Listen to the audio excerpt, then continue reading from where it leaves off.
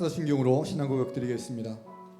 전능하사 천지를 만드신 하나님 아버지를 내가 믿사오며 그 외아들 우리 주 예수 그리스도를 믿사오니 이는 성령으로 잉태하사 동정녀 마리아에게 낳으시고 본디오 빌라도에게 고난을 받으사 십자가에 못 박혀 죽으시고 장사한 지 사흘 만에 죽은 자 가운데서 다시 살아나시며 하늘에 오르사 전능하신 하나님 우편에 앉아 계시다가 저희로서 산자와 죽은 자를 심판하러 오시리라.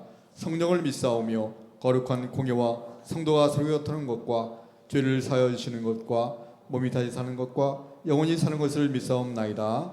아멘. 다 같이 찬양으로 하나님께 영광 돌리겠습니다.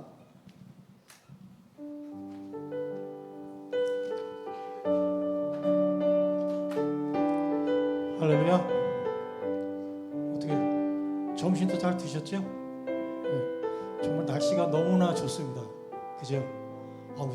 정말 너무 날씨가 덥다 보니까 저도 기력이 쇠할 때가 됐거든요. 제 나이 아시잖아요.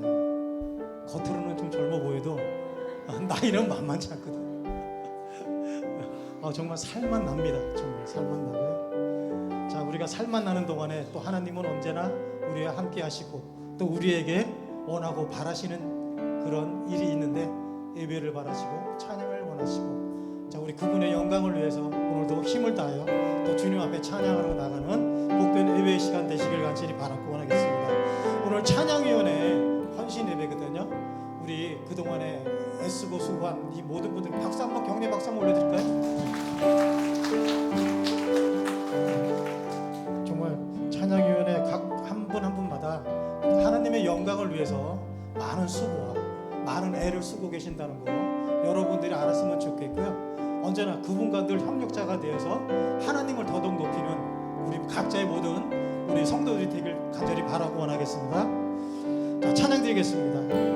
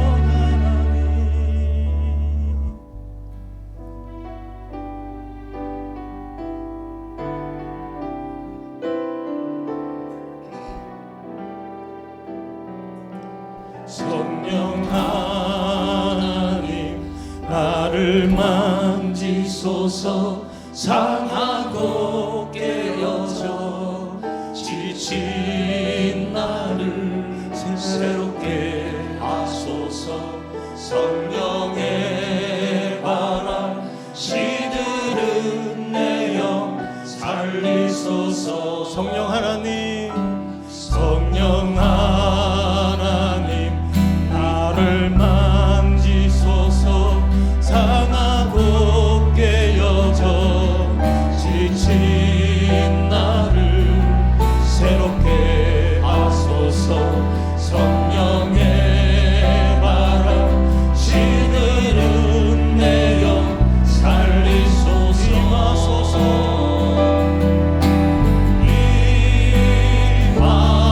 임하소서. 성령 하나님이시여 지금 이곳에 임하소서. 바람처럼 불처럼 성령이여 임하소서. 성령 하나님, 성령 하나님 이 땅 고치소서. 죄악의 어둠 속 헤매는 우리 태워주소서. 성령의 불로 세상 헛된 맘 태우소서. 성령 하나님 이 땅 고치소서. 성령 하나님 이 땅 고치소서.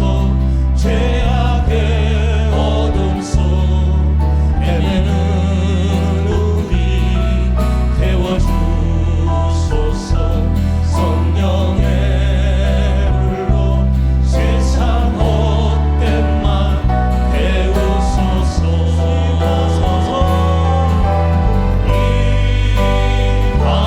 임하소서.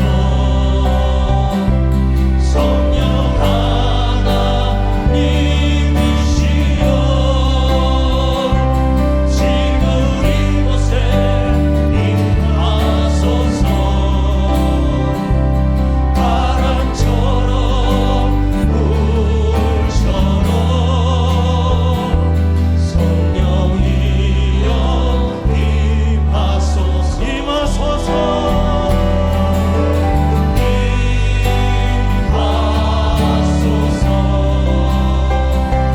성령 하나님이시여 지금 이곳에 임하소서. 바람처럼 불처럼 성령이여 임하소서. 임하소서. 성령 하나님이시여 지금 이곳에 임하소서. 바람처럼 불처럼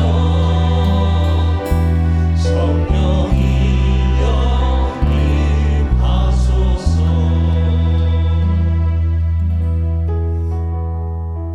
우리는 주님을 우리가 섬기고 주 예수 그리스도 안에서 나의 삶 자체를 부수고 깨트리고 우리는 순전히 주님 앞에 순종하며 나가야 될 줄을 믿습니다. 각자의 삶에서 우리가 승리하기 위해서는 오직 주 예수 그리스도만 바라보고 나가길 간절히 바라고 원하겠습니다. 찬양드립니다. 나는 아무것도 아닙니다. 주님의 사랑이 없으면 나는 아무것도 모릅니다. 주님의 지혜가 없으면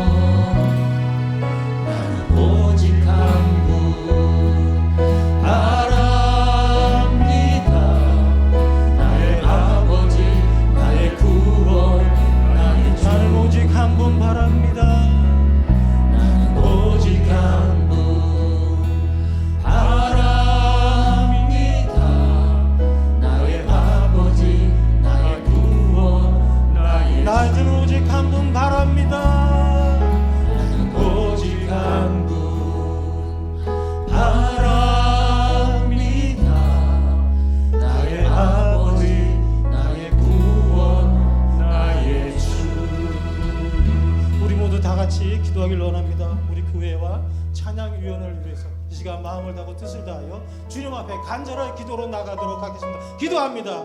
하나님 아버지 감사합니다. 오늘 찬양위원회 아버지 헌신 예배를 주님 앞에 드리게 되었습니다.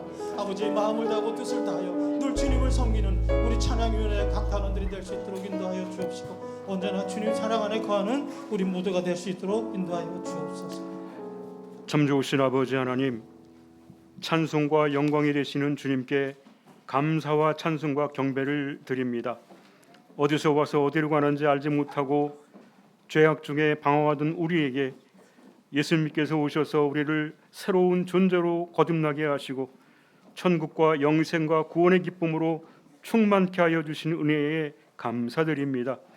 이전의 세상과 마귀를 찬양하던 우리의 입술을 정케 하셔서 이제는 주님을 찬송하는 새 노래, 구원의 노래를 부르게 하심도 감사를 드립니다. 우리의 빛과 구원의 노래가 되시는 주님, 이 시간 찬양위원회 헌신 예배로 불러주시니 감사드립니다.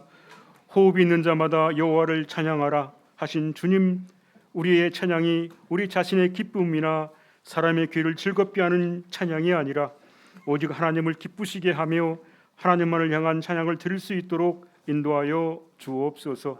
저희들을 찬양대원으로 부르신 것은 하나님을 찬양하는 자로서 뿐만 아니라 찬양을 잃어버린 이 세대 가운데 하나님을 향한 찬양을 회복하기 위한 거룩한 도구로 쓰임받고자 합니다. 주님, 주님의 이끌어 주시고 인도하여 주옵소서. 저희들이 주님 전에서 찬양 드리는 것으로 끝나는 것이 아니라 삶 속에서 하나님을 높이며 찬양하는 삶을 살아가게 하여 주옵소서. 은혜의 주님, 찬양대장님과 지휘자님, 반주자님, 대원 모두가 하나가 되어 구원의 감격으로 오직 하나님만 바라며 찬양하게 하여 주옵소서. 이 시간 임천병 목사님의 말씀을 통해서 저희들에게 말씀 들려주실 때에 그 말씀 속에 구원의 감격과 즐거움을 회복시켜 주시고 우리 속에 하나님을 향한 찬양 맡은 자로서 각오와 결심이 새로워지게 하여 주옵소서. 감사드리며 이 모든 말씀을 우리 주 예수 그리스도 이름으로 기도드립니다. 아멘.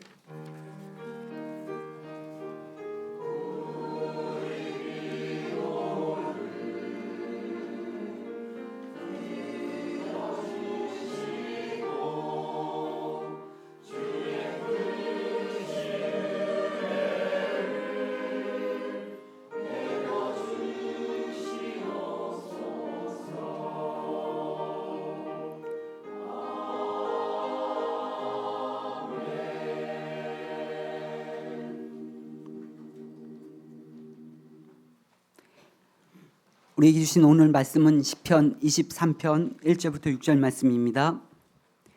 여호와는 나의 목자시니 내게 부족함이 없으리로다. 그가 나를 푸른 풀밭에 누이시며 힘만한 물가로 인도하시는 도다. 내 영혼을 소생시키시고 그 자기의 이름을 위하여 의의 길로 인도하시는 도다. 내가 사망의 음침한 골짜기로 다닐지라도 해를 두려워하지 않은 것은 주께서 나와 함께 하심이라. 주의 지팡이와 막대기가 나를 안위하시나이다. 주께서 내 원수의 목전에서 내게 상을 차려주시고 기름을 내 머리에 부으셨으니 내 잔이 넘치나이다. 내 평생의 선하심과 인자하심이 반드시 나를 따르리니 내가 여호와의 집에 영원히 살리로다. 아멘.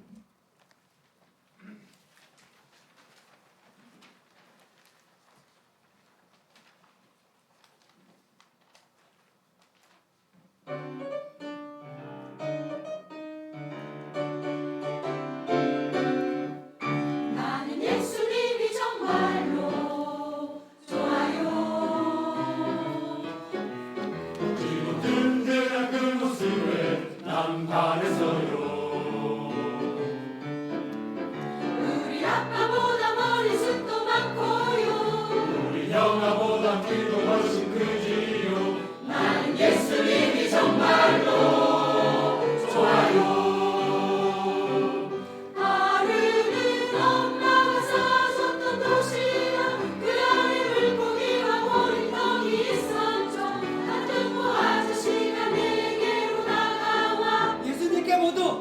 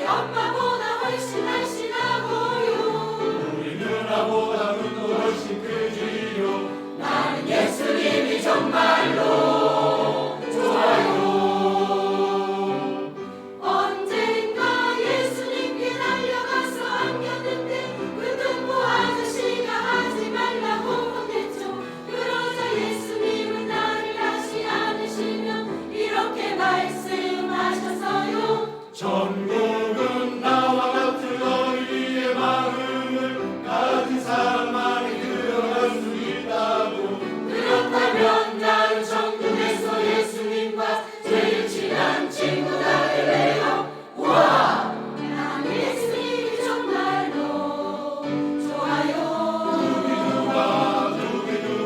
멋지고 든든한 그 모습에 난 반했어요. 세상 누구보다 나를 잘 알고요.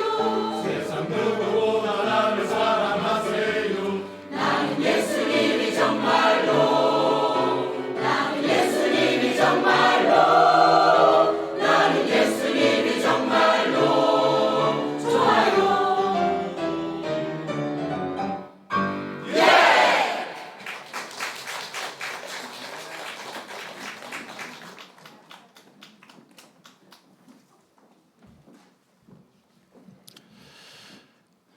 네, 잠시 우리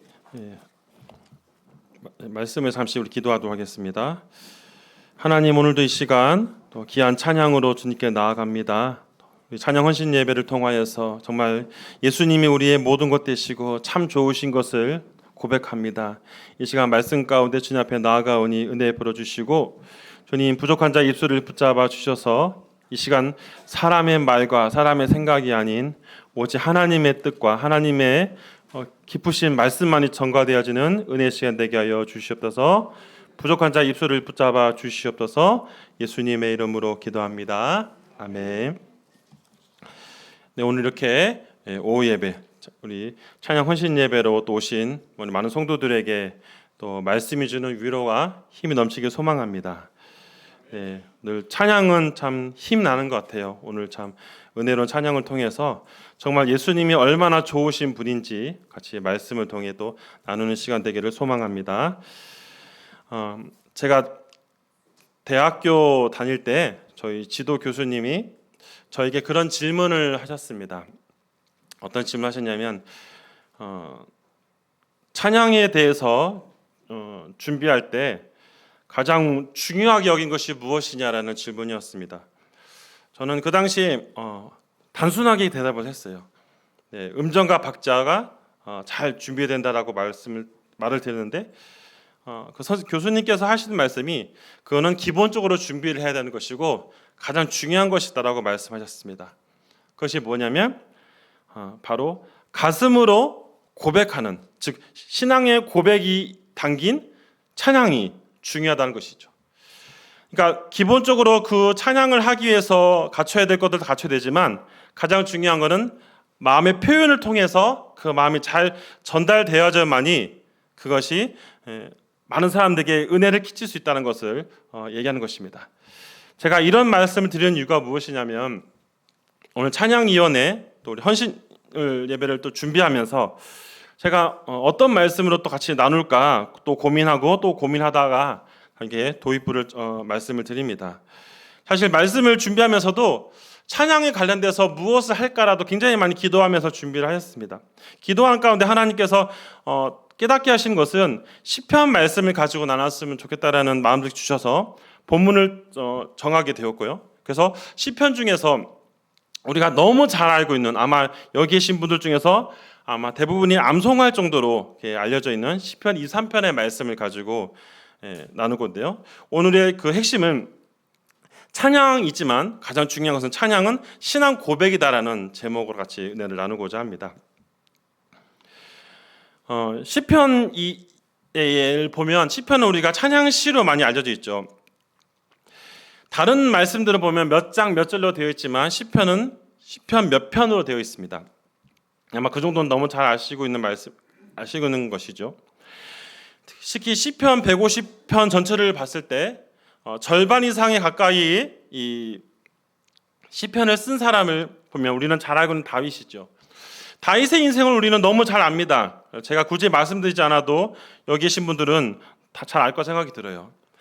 근데 시편 2, 3편을 제가 하면서 이 배경을 같이 묵상하다 보니까 굉장히 좀 같이 나누고 싶은 것들이 많이 생겼는데요. 다윗의 인생 가운데 그가 두 번의 피난 생활을 하지요. 첫 번째는 자신이 장인어른인 사울왕을 피해서 도망을 다닙니다. 그때는 다윗에게 어떤 잘못이 있거나 그가 어떤 죄를 지어서 도망가는 것이 아니죠. 그가 하나님 앞에 바로 서서 하나님 뜻대로 살아가는 삶을 살았는데 사울왕이 하나님의 영이 떠난 이후부터 그가 다윗을 시기하고 미워해서 다윗을 죽이려 했기 때문에 그가 이제 피난을 갔던 내용들은 우리가 잘 알 것입니다. 그러나 이제 오늘 본문의 배경이 되는 것은 바로 두 번째 피난이 되는 바로 압살롬 자신의 아들인 압살롬 왕에 위해서 도망다니는 사건이죠. 다시 말하면 첫 번째 피난은 자신의 죄와 상관없는 어찌 보면 이해할 수 없는 고난을 당한 것입니다. 그러나 두 번째 피난은 어찌 보면 다윗의 전적인 책임입니다. 자신의 죄로 인해서 우리가 잘 알다시피 다윗이 끔찍한 죄를 저질렀죠. 자신의 부하인 우리아를 죽게 만들었고 그의 아내를 취하는 정말 상상도 할 수 없는 끔찍한 행동을 하였습니다. 그로 인해서 그가 엄청난 고난과 핍박을 또 당하는 것을 볼 수 있죠. 다시 말하면 다윗이 자신의 죄로 인해서 자신의 잘못으로 인해서 그가 힘든 상황을 겪게 된 것입니다. 그래서 사실 23편의 어떤 내용들을 보다 보면 사실 이제 많은 학자들이 이제 뭐 여러 가지 견해 차이는 있지만 대부분의 공통적인 의견은 바로 이 압살롬을 피해 도망 다녔을 때 그 상황 속에서 은혜를 베푸시는 하나님의 이야기들을 그가 담아서 본문을 기록하고 있는 것이죠. 오늘 본문에 우리 1절 말씀을 다시 한번 우리 읽어보도록 하겠습니다. 우리 1절 말씀 읽겠습니다. 여호와는 나의 목자시니 내게 부족함이 없으리로다. 아멘. 너무 잘 암송하시는 말씀이죠. 지금 다시 이 3편의 배경이 되는 이 도망을 다니고 있는 이 다윗의 입장에서 굉장히 두렵고 힘든 상황이죠. 근데 그가 첫 번째로 고백하는 것은 무엇입니까? 여호와는 나의 목자시니 내게 부족함이 없다는 것입니다. 자신이 죄로 인해서 어찌 보면 이런 것은 자신이 죄가 아닌 의로운 상황에서 고백하는 게 좀 더 멋있어 보일 수 있습니다. 그러나 자신의 죄로 인해서 비참한 상황이 있음에도 불구하고 자신에게 은혜 베푸신 하나님을 고백하면서 그가 이런 얘기를 하는 것이죠. 상세한 내용들을 좀 보고자 하는데요. 2절과 3절 말씀을 다시 한번 읽겠습니다. 시작.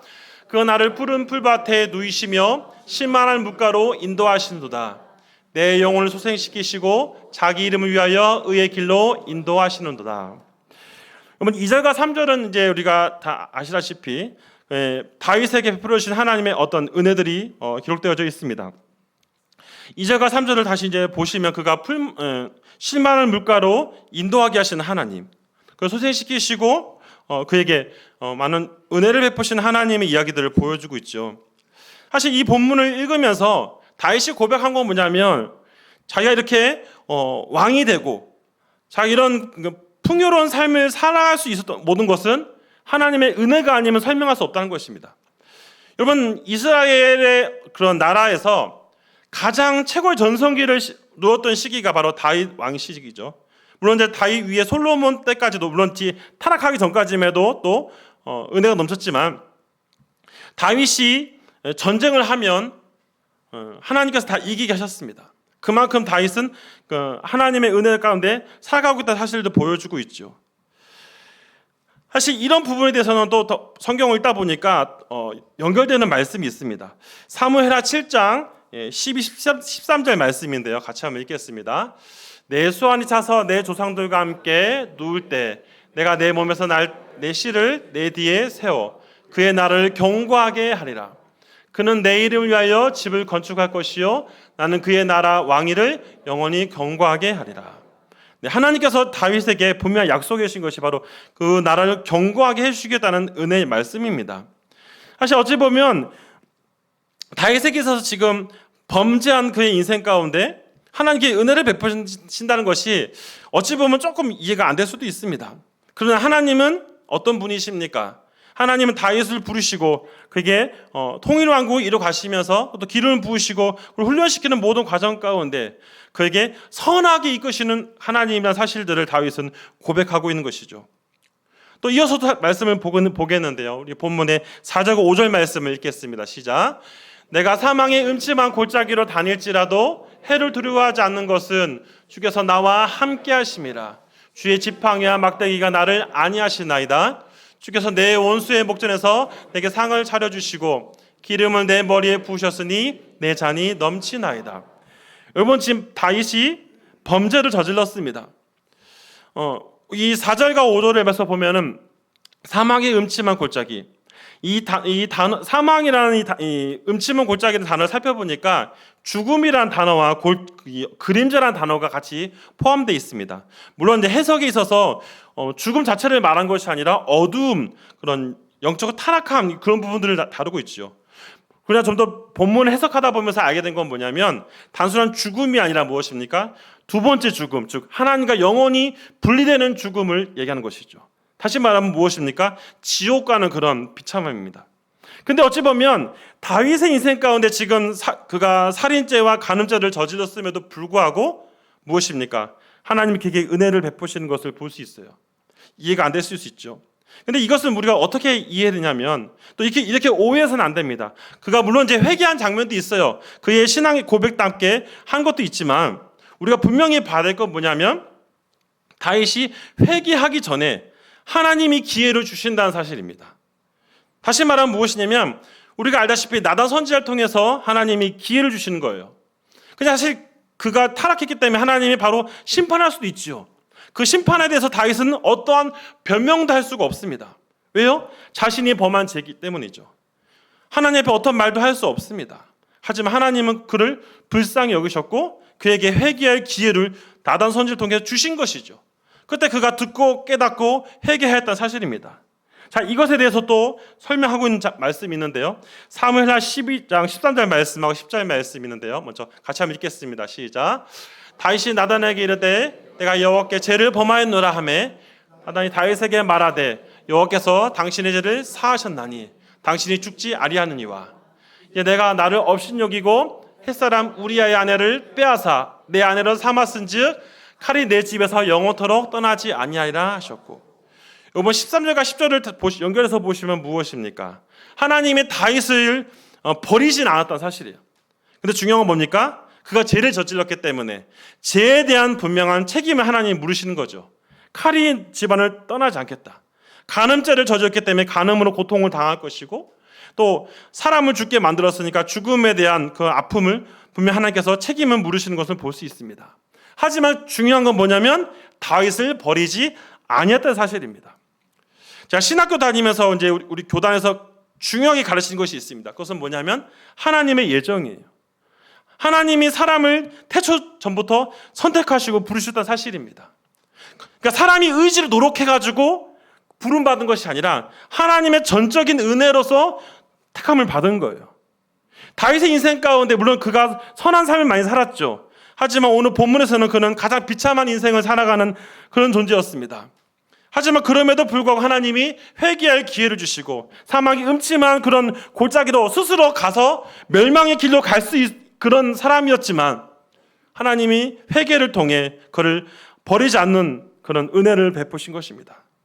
그렇기 때문에 다윗은 그 상황 가운데 정말 하나님이 나를 정말 나 같은 자를 살려주신 것, 내가 지옥 가다 할 말이 없는 그런 인생인데 나에게 은혜를 베푸신 하나님 앞에 그가 고백하는 장면입니다. 그러면서 6절에 그가 이렇게 고백하죠. 본문 6절 말씀 같이 읽겠습니다. 내 평생의 선하심과 인자하심이 반드시 나를 따르리니 내가 여호와의 집에 영원히 살리로다. 아멘. 여러분, 이 마지막 6절의 말씀 속에서 다윗은 결국 그 자신의 죄로 인해 정말 아프고 정말 어려운 상황 가운데 있는 그런 비참한 인생을 살았는데 하나님이 그에게 은혜를 주셨기 때문에 그는 이 시편을 통해서 나 같은 자 살리신 하나님 감사합니다. 내 평생 사는 동안 여호와의 죄 명으면서 주님의 뜻대로 살아가겠습니다라는 그런 고백들이 담겨져 있는 것이죠. 저는 여기서 정말 하나님께서 다윗을 향한 어찌 보면 이 시대에 살고 있는 우리를 향한 하나님의 분명한 찬양의 목적을 말씀하고 있습니다. 그것은 이제 이사야 43장 22절에서도 말씀하고 있는데요. 같이 한번 우리 화면을 보시면서 읽겠습니다. 시작. 이 백성은 내가 나를 위해 지었나니 나를 찬송하게 하려 함이니라. 아멘. 우리가 분명한 것은 무엇입니까? 하나님이 우리에게 요구하시는 것은 대단한 것을 요구하시는 것이 아니에요. 하나님에서 창조된 우리 피조물인 우리 모두가 정말 하나님은 정말 선하신 분이시다. 정말 죄로 인해 죽은 우리를 용서해 주시고 우리에게 기회를 주셨다는 사실입니다. 그것을 누리고 감사하는 사람들이 그 찬양 속에는 무엇입니까? 기쁨의 찬양, 감사의 찬양이 넘치는 겁니다. 오늘 찬양을 드렸습니다. 은혜로운 찬양 감사드립니다. 그 찬양 속에서 우리가 무엇을 느낍니까? 정말 하나님이 정말 좋으신 분이라는 것, 우리가 다시 한번 깊이 기억하고 살았으면 좋겠습니다. 제가 요즘에 우연히 이제 유튜브로 뭘 보다 보니까 자신의 신앙을 고백하는 한 사람의 어떤 내용을 보게 되었는데요. 사진 하나 보여주시겠어요? 안창호 우리 예전에 대법관이셨던 이분이 이번에 인권위원장이 되셨는데요. 이분이 이제 청문회 때 굉장히 너무 가슴 떨리는 또 뭐 어찌 보면 너무 은혜스러운 그런 고백을 하는 장면이 있습니다. 30초 짧은 장면인데 한번 보겠습니다. 창조 진화론 가르칠 거면 창조론도 가르쳐야 된다. 제가 뭐 밖에서 이런 주장하시는 건 뭐 100번 양보해서 그런 줄 알겠는데 이번에 서면 질의에도 그렇게 답변하셨더라고요. 그러니까 창조론을 같이 가르쳐야 된다라고 생각하시는 거죠. 거기서 말하는 창조론은 무엇인가요? 제 개인적인 말씀을 드리면은 아니요, 창조론이 무엇인지에 대해서만 설명을 해주시면 제가 다음 질을 좀 이어갈까 합니다. 예, 하나님께서 천지를 창조하셨다 그 말씀입니다. 아멘. 여러분 한번 생각해 보십시오. 교회에서 하나님이 세상을 창조했다고 말하는 것은 누구나 할 수 있습니다. 근데 세상 밖에서 청문회에서 저런 말을 한다는 것은 굉장히 어찌 보면 안 믿는 사람 입장에서 보면 위험한 말일 수 있어요. 뭐 어떤 사람은 종교 편향이다 뭐 이렇게 말하는 사람도 있어요. 근데 중요한 건 뭐니까 제가 이 장면을 보면서 가슴 깊이 감동했던 건 뭐냐면 많은 비난을 받고 욕을 먹어도 분명한 사실을 자신이 고백하는 겁니다. 무엇입니까? 하나님이 세상을 창조했다는 사실입니다. 그것을 당당하게 얘기하는 거예요. 여러분 그걸 얘기하면 세상은 어떻게 말할까요? 그러면 목사가 되지 왜 여기 왔냐 이렇게라고 비난할 수 있습니다. 하지만 중요한 건 뭐냐면 우리의 존재 자체가 뭐하는 존재인가? 하나님을 찬양하고 하나님 영광 돌릴 이유가 무엇이냐? 그분이 창조자이기 때문에 그분 세상을 만드셨고 우리의 모든 것을 주관할 수 있는 분이시기 때문에 그분만이 우리의 구원자이시기 때문에 그것만은 결코 부인할 수 없다는 사실을 말하고 있는 것입니다. 사랑하는 성도 여러분, 우리가 교회 안에서는 얼마든지 이런 것들을 자신 있게 말할 수 있어요. 하지만 세상 밖에서 얼마든지 이것을 자신 있게 말할 수 있으십니까? 네, 아무도 아멘을 안 하시네요. 이것은 아멘 하시고 고백하셔야 됩니다. 왜냐하면 하나님께서 요구하시는 거예요. 대단한 것을 요구하는 게 아니라 세상 속에서 우리가 하나님의 피조물이고 하나님의 세상을 창조하였고 하나님 우리를 만드셨기 때문에 그분의 이름이 높임을 받는 그것이 바로 성도가 해야 될 가장 중요한 자세인 것을 말하는 것입니다. 그렇기 때문에 찬양은 바로 신앙의 고백이 담겨져야지만이 은혜가 넘치는 것이죠. 아무리 음자 박자 잘 지키고 좋은 성대로 노래한다 할지라도 그 가슴 깊이 하나님을 향한 그 간절함이 없다면 나를 구원하신 하나님의 은혜를 경험하지 못한다면 그냥 하나의 어떤 세상 사람들이 말하는 그 음악이 그냥 노래 잘했다 이렇게 끝나고 마는 것입니다. 중요한 건 무엇입니까? 다윗의 고백을 다시 한번 생각하십시오. 지옥과를 그의 인생 가운데 하나님이 찾아와서 회개할 기회를 주시고 그에게 다시 한번 회복을 주셨다는 사실입니다. 그렇기 때문에 그 은혜를 경험한 사람은 어떡합니까? 하나님을 최선을 다해 찬양할 수밖에 없는 거예요. 찬양하는 자체가 너무 즐거운 겁니다. 그렇기 때문에 그 안에서 신앙 고백이 나오는 거예요. 전 읽어보면서 떠오르는 성경 말씀이 있습니다. 마태복음 16장 16절 말씀인데요. 같이 한번 읽겠습니다. 시작. 시몬 베드로가 대답하여 이르되 주는 그리스도시요 살아계신 하나님의 아들이시니다. 아멘. 베드로의 유명한 고백 다 아시죠? 그 고백이 우리가 그냥 성경이 나왔으니까 우리가 하도 많이 듣다 보니까 저거 알지 이런 개념이 아니라는 겁니다. 무엇입니까? 정말 하나님 나의 구원자십니다. 하나님은 내 인생의 모든 것을 만드신 분이십니다. 그분이 없으면 난 하루도 살아갈 수가 없습니다. 그것이 바로 성도의 고백이 되어야 되는 것입니다. 말씀을 정리하면서 다시 한번 성도들의 삶 가운데 무엇을 가지고 찬양을 하십니까? 무엇을 고민하면서 일주일 동안 생각하시고 교회 와서 찬양을 드리십니까? 물론 우리가 준비를 해야 되죠. 어떻게 곡을 구성하고 또 음정과 박자 이런 걸 해야겠죠. 하지만 그것만 가지고 아니라는 사실을 분명히 기억하시기 바랍니다. 나를 구원하신 하나님, 나를 용서해 주시고 나를 하나님의 백성 삼아 주신 그 은혜, 그것이 감사해서 그 기쁨의 고백을 가지고 찬양할 때 하나님 기뻐 받아주시고 또 우리에게 은혜가 넘칠 것을 소망합니다.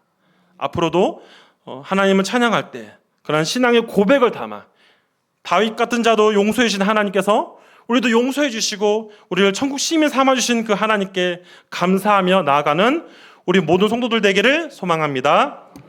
기도하겠습니다. 하나님, 우리는 아무것도 아니고 부족한 자입니다. 우리의 힘과 능력으로는 아무것도 할 수 없고 늘 죄를 지을 수밖에 없는 그런 자들입니다. 하지만 하나님께서 우리를 불쌍히 여기시고 우리에게 은혜를 베푸시고 오늘 본문에 등장하는 다윗도 범죄였지만 하나님이 회개할 기회를 주셨고 그걸 통해 그를 또 하나님의 사람으로 만들어 가신 것을 볼 수 있습니다.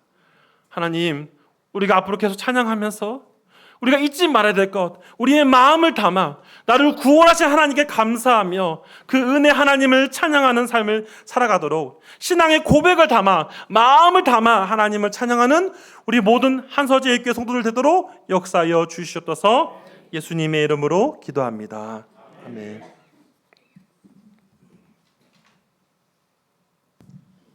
오늘 찬양교회의 헌신 예배인데 이게 은혜로운 말씀으로 찬양을 어떻게 드려야 되는지 우리 하나님께 영광 돌리는 귀한 찬양을 드리는 우리 모두 되었으면 좋겠습니다. 설교 말씀 주신 우리 목사님 감사합니다. 이 시간에는 찬송가 270장 부르면서 준비하신 예물을 하나님 앞에 드리겠습니다.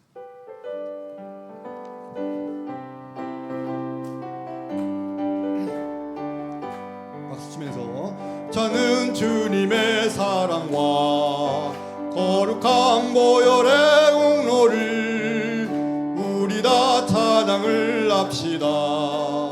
주님을 만나볼 때까지 예수는 우리를 깨끗게 하시는 주시니 그의 피 우리를 눈보다 더이게 하셨네. 우리를 깨끗게 한 피는 무궁한 생명의 물일세. 생명의 구원을 받은 자 하나님 찬양을 합시다. 예수는 우리를 깨끗게 하시는 주시니 그의 피 우리를 눈보다 더이게 하셨네. 주님의 깨끗한 보혈을 날마다 입으로 간증해 담대히 싸우며 나가세. 천국에 들어갈 때까지 예수는 우리를 깨끗게 하시는 주시니 그의 피 우리를 눈보다 더이게 하셨네. 십자가 단단히 붙잡고 날마다 이기며 나가세. 머리에 면류관 쓰고서 주 앞에 찬양할 때까지 예수는 우리를 깨끗게 하시는 주시니 그의 피 우리를 눈보다 더이게 하셨네. 주제 찬양 부르신 후에 임찬명 목사님 축도하심으로 예배를 마치겠습니다.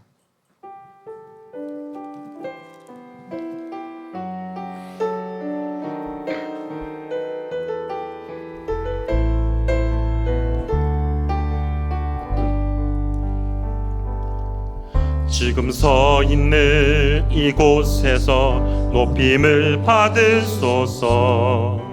내가 밟는 땅 주님의 땅이니 하늘이 주의 이름 높이 놀리며 넓은 바다가 주를 노래해. 모든 만물 주를 경배해. 모든 입술 주를 찬양해. 천지를 만드신 만물의 통치자 높임을 받으소서. 내 평생에 주의 이름 높이며 어디 곳에서든지 주님을 예배하리라.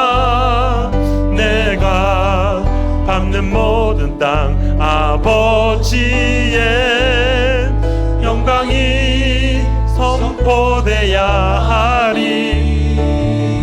찬양하며 주님을 예배할 때 하늘 가득한 주의 영광 보리라. 나를 통하여 나의 입술을 인하여 주의 이름 높임을 받으소서. 이제는 우리 주 예수 그리스도의 은혜와 하나님의 사랑하심과 성령의 교통하심이 오늘도 나를 구원하신 은혜에 감사하며 기쁨의 신앙의 고백으로 찬양 드리기 원하는 여기 있는 모든 성도들 머리 위에 이제부터 영원토록 함께 있을지어다. 아멘.